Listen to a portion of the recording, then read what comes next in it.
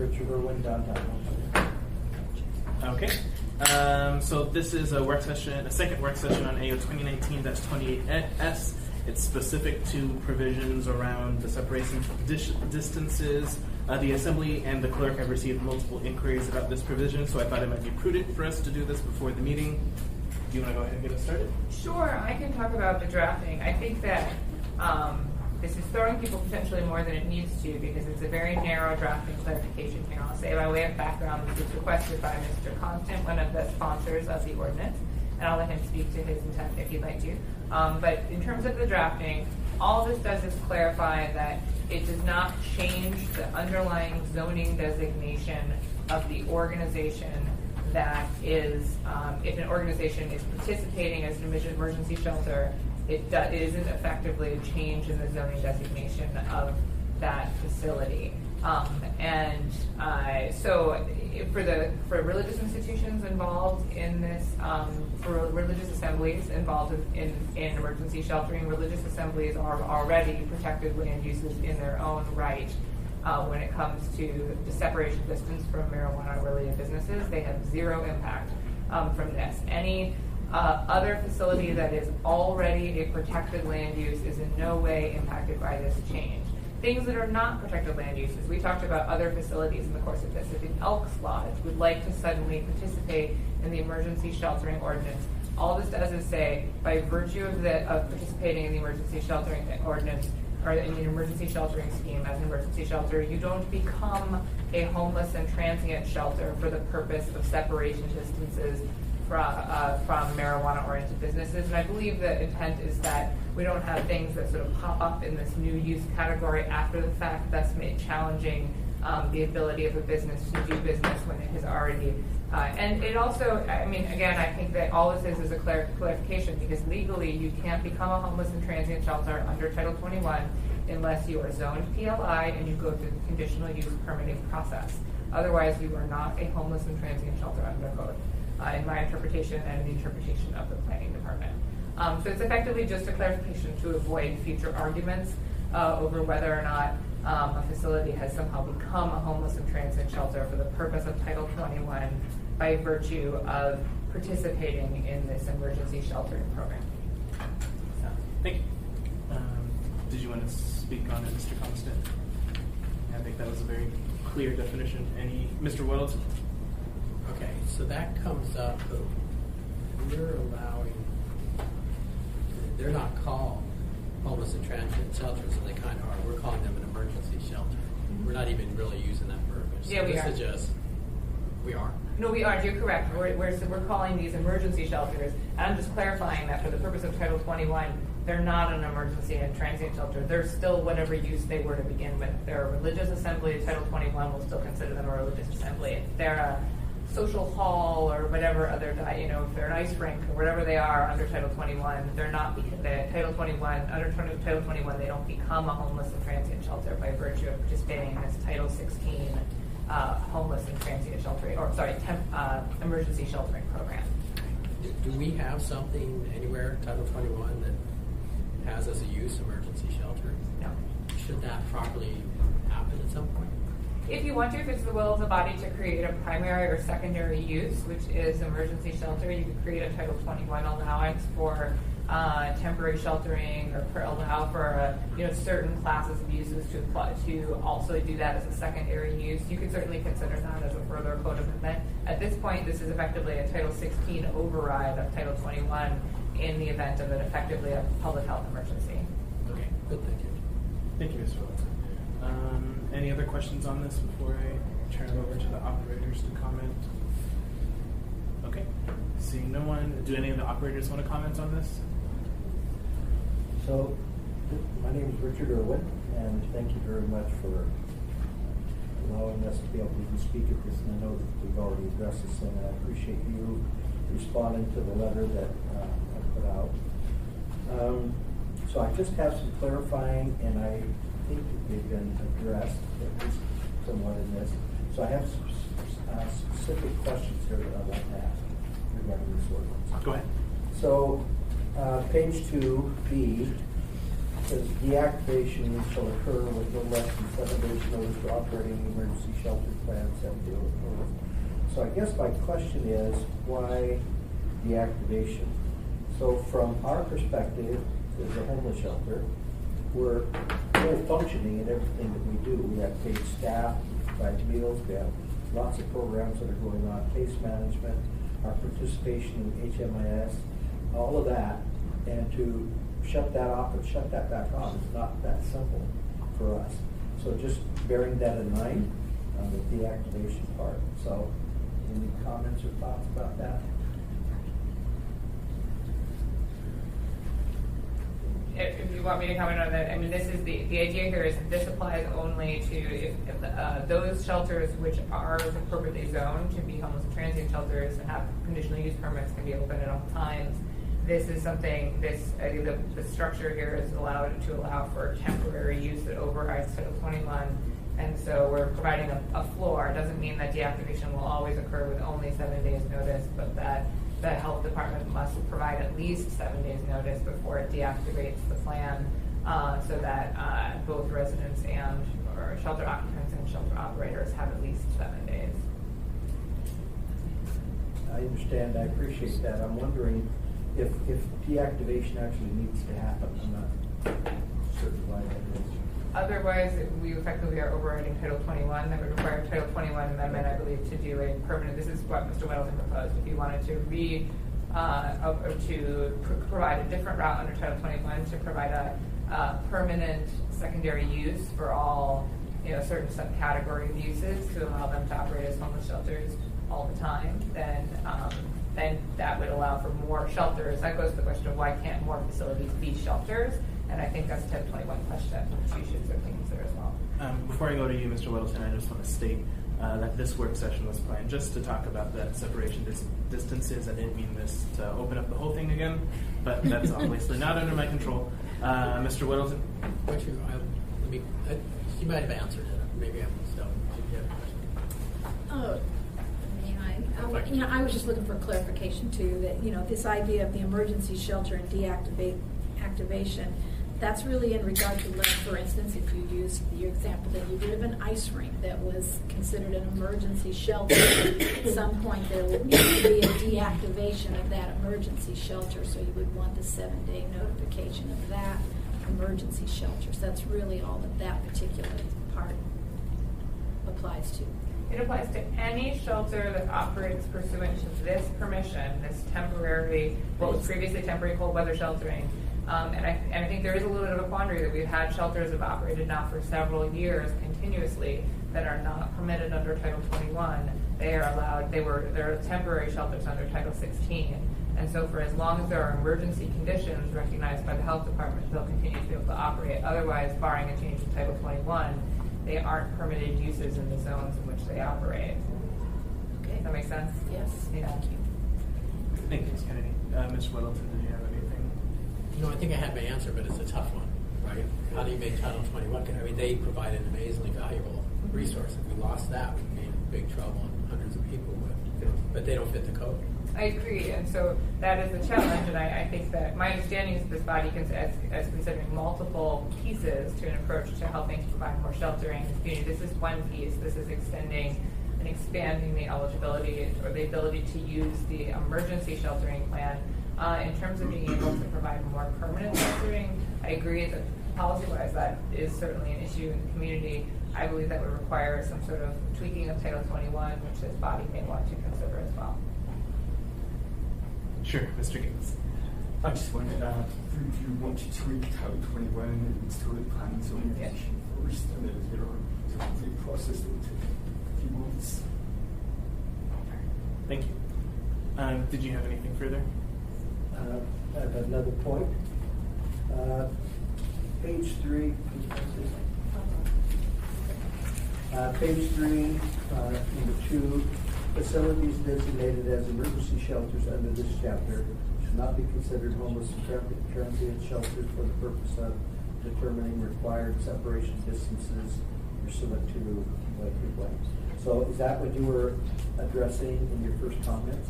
Exactly. Okay, thank you. So,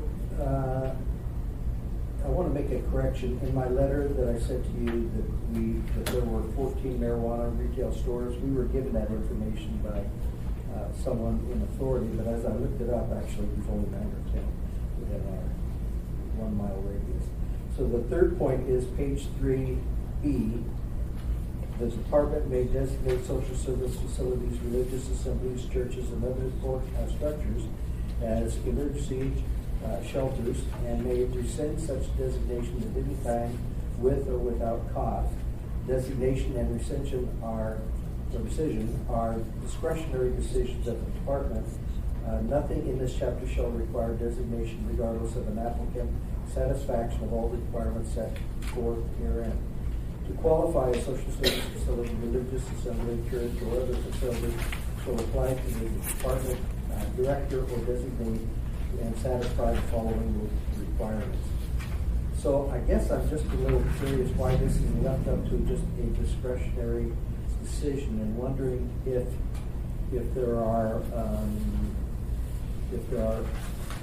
there is a protocol that would be followed in making this decision or not, or if it's just a discretionary decision of the director.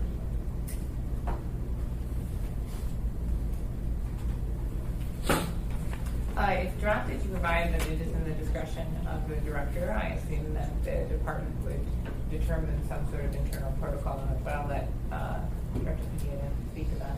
Yeah, we have like a procedures manual now that will be updated once this is passed based on what's in here, and we'll provide some information, but there'll always be some discretion necessary because we don't really know what kinds of emergencies we're going to encounter. So there'll be policies and procedures, some parameters, some metrics, but there'll always be discretion. Thank you. That's what I was looking for. Yeah, Mr. Whittleton, then Mr. Gaines. I think maybe your point was also, how would you appeal? Right. So what would be the appeal process? Knowing what that protocol is, how would we address that? I think we'd have to just, do you want to talk about that? Well, the appeal process, I was planning to, but I don't think this is an appeal type decision. Yeah. It's a complete discretionary decision. Yeah, that I think is what we're, again, what I was going to say, oh, sorry. No, I thought that. Maybe I'll have to, okay. What I was going to say is I think our intent was not to create an appeal process, to say this isn't a land use entitlement. This isn't like Title 21 where if you are denied a land use entitlement, you are at the ability to appeal it. This is an emergency public health measure to be able to provide immediate solutions in the discretion of the director. And so it is not subject to the same kind of entitlement process and rubric that a Title 21 designation is. Sorry, and then I'll defer to you. Yeah, go ahead. Yes, I was going to comment on the discretion question. And I helped drafting this in 2010, that discretionary language has been in place since this chapter was first enacted. And the thinking at that time, if I recall correctly, is well, you have 10 applicants, one to be designated, but you only really need this sort of capacity that 5 can provide. You need that discretion in line to designate the number you need for the social plan. And so that's sort of, I think, one reason we have this completely discretionary decision. And there's no right to have this designation. Thank you, Mr. Gaines. I would speak now. Yeah, sure, Mr. Conster. I just want to thank you. You're a shelter, you're a educational program, you're a church, and you're also a teacher. You have taught me that in order to protect my neighborhood, we have to enshrine these protections in the code. Because if we don't, every operator who wants to become something will set up one use and then become some other use and use that as a vehicle to ensure their own operation. And so my neighbors have asked for protection from this kind of behavior by operators in the community. And so thank you for being a teacher. Thank you. Did you have any? I saw your hand up earlier. I would like to make a statement. I'm Sherry Lloyd, the Executive Director of the Downtown Health Center. We were asked back in 2014 to become a shelter, to provide a place like what Dean's was at the time because of the problem with spice in the community. So it took us about a year to get the approval, going through all the steps, everything we needed to do. So we were only originally going to do it for a short period of time, and because of the need, continued to do it. So we have provided a service to this community for almost 4 years now at no cost to the city at all.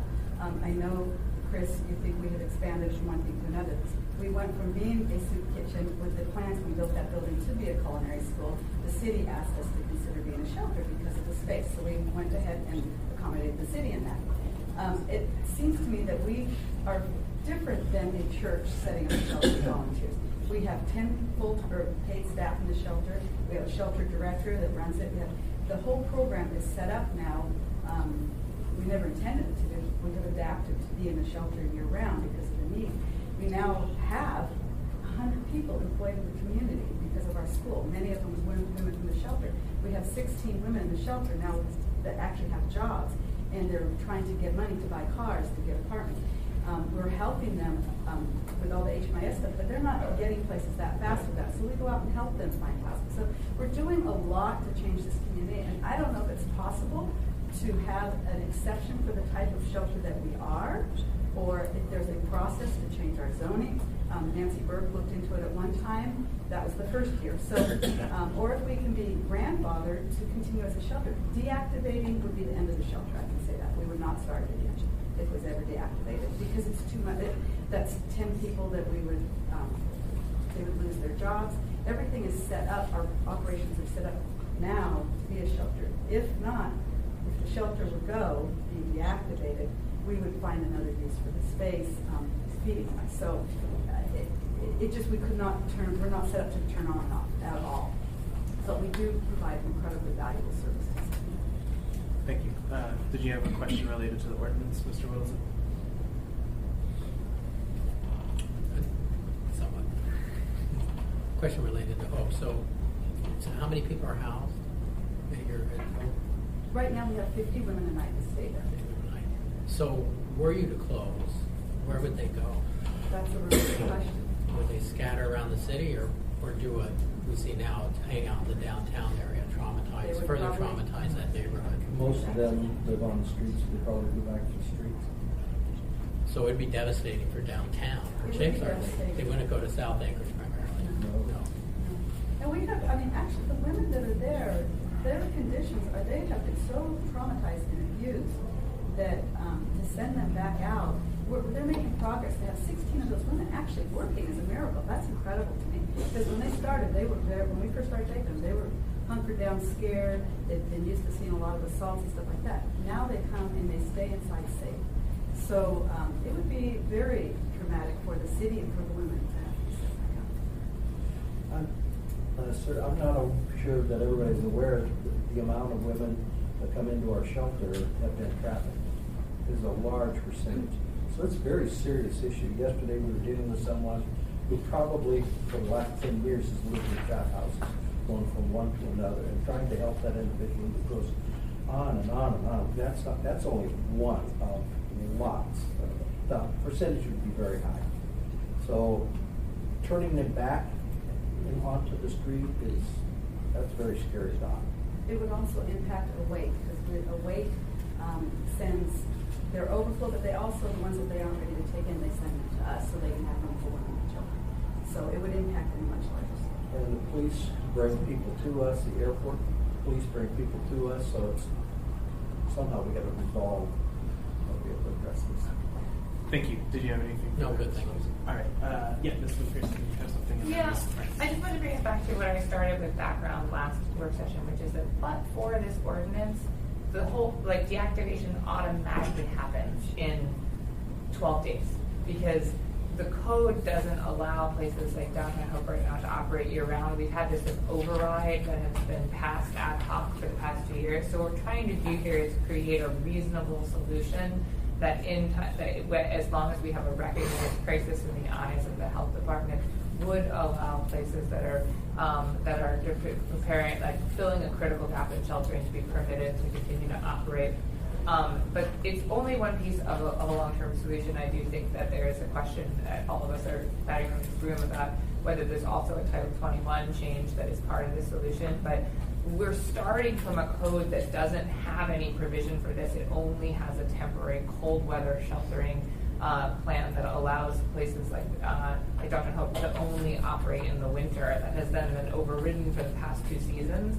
But I want to 4 seasons. Isn't First it two passed in seasons it was 15? granted, and Okay. then the second 2 years it was ad hoc. Let's expand it while we figure out what's going on. But still, I think we've been operating outside the bounds of the law for several years. We're trying to create a system that is an above-board ability to do this, and then I think we also need to consider another solution. Thank you. I think, thanks, Mr. Chair. I think that answered my question. I guess I didn't completely realize that Downtown Hope is functioning as an emergency shelter. They're operating as a temporary cold weather shelter. Yeah. So this is, When it's 80 degrees. yes, this is us making it, this is creating a solution to allow things, but they are filling a critical service, so we're acknowledging the fact that that we may be, that the health department can be able to discretionarily allow things, different shelters that fill these critical gaps to continue to operate, not just in a cold weather type of emergency. But it doesn't solve the bigger picture problem of the fact that we need more sheltering space in Anchorage, and I think there's other pieces of code changes that go into that. Thank you. Mr. Webb. Point on this, so I was just in San Francisco, and they have similar issues here with temperature related. And they told me if it's over 80 degrees, they have a heat related thing for emergency shelters, probably because these people wear all they own, and at 80 degrees it gets really hot in all those clothes. So they're triggered because they've been having hot weather. It was 80 degrees. Thank you, Mr. Webb. Good point. Any other comments, questions? Yeah, Yes, okay. I guess I have a question. So at what point or who right now benefits the most from this particular ordinance change? Through the chair, I mean, hopefully homeless individuals who otherwise need to be sheltered, because the vision, again, is to allow for the Department of Health to make the decision of when we need to trigger additional sheltering, because otherwise we have people who are in an unsafe situation and in a situation of danger because they are unsheltered. I think other than that, it's in the eye of the beholder. I mean, there are probably some shelters that would like to be open more, some that are like to be open less, and now we're going to call upon them to fill some gaps. So. Mr. Chair. Okay. There's one other benefit, and that's we have a dissonance in our code that it doesn't make sense. Literally, we have cold weather shelter operating at 70 degrees. And so one of the goals of this was to ensure that our practice is reflected in the law that we're supposed to uphold. And so while there's a benefit to the community by providing clear guidance and expanding the availability of this code to not just churches and nonprofits, but social groups and gyms and other entities, we can broaden the capacity, but at the same time, it just makes our code reflect the reality that we're operating under, because at some point, you can't pass the straight-face test when you're saying we're operating cold weather shelter. And so that was the motivation of Ms. Altel and myself to ensure that this process reflected reality. You know, there's nothing worse than hearing, well, there are many things worse, but in my world, I hear a lot. You don't enforce the laws you have, right? And so here we are again, not enforcing the laws we have for good cause. And so it makes sense to make our laws reflect what reality is. Thank you, Mr. Constant. Okay, seeing no more discussion, if you have any amendments, get them in ASAP. Thank you. You want me